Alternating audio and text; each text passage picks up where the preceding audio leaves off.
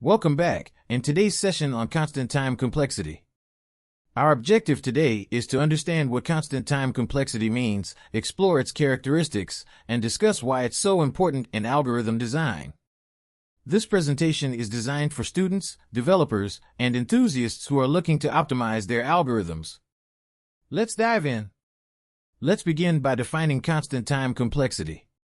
An algorithm has constant time complexity if its running time remains unchanged regardless of the size of the input data.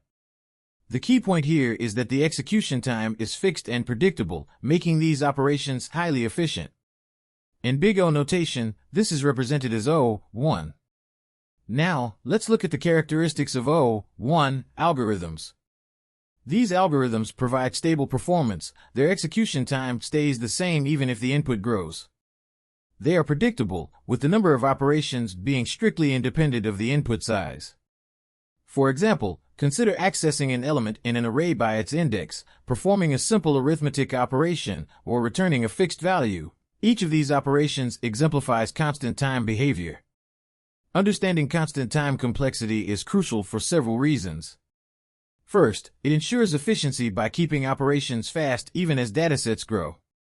Second, it enhances scalability because an algorithm with constant time guarantees will perform consistently regardless of input size.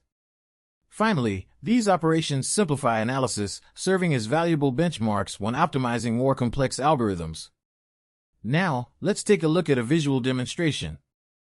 The visual clearly highlights that, no matter how large the input is, the execution time for an BigO1 operation remains unchanged.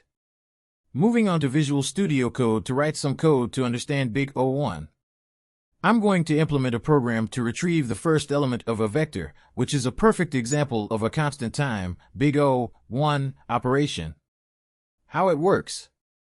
We define a function called getFirstElement that accepts a vector of integers by constant reference. This function simply returns the first element of the vector. Inside getFirstElement, we use the indexing operator to access the first element, ARR0. This operation takes the same amount of time regardless of the size of the vector, making it an BigO1 operation. In the main function, we create a vector containing some integer values. We then call getFirstElement to obtain the first element and print it to the console. Since retrieving the element is an O1 operation, the overall performance is unaffected by the vector's size.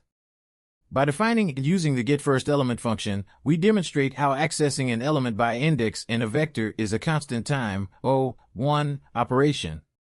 This simple example highlights the efficiency of direct element access in arrays and vectors. Hash table operations, such as get/set actions, typically run in constant time as well. These examples illustrate how real-world implementations frequently leverage constant time operations for their efficiency. To recap, constant time complexity, or BigO1, means that the execution time of an operation remains consistent, regardless of the input size. This is ideal for tasks like index-based array access, simple arithmetic calculations, and hash table lookups. Recognizing and designing for BigO1 operations is essential for building scalable and efficient systems. So guys, this is what I want to discuss with you in this session. On this note, I am stopping over here. See you in the next session.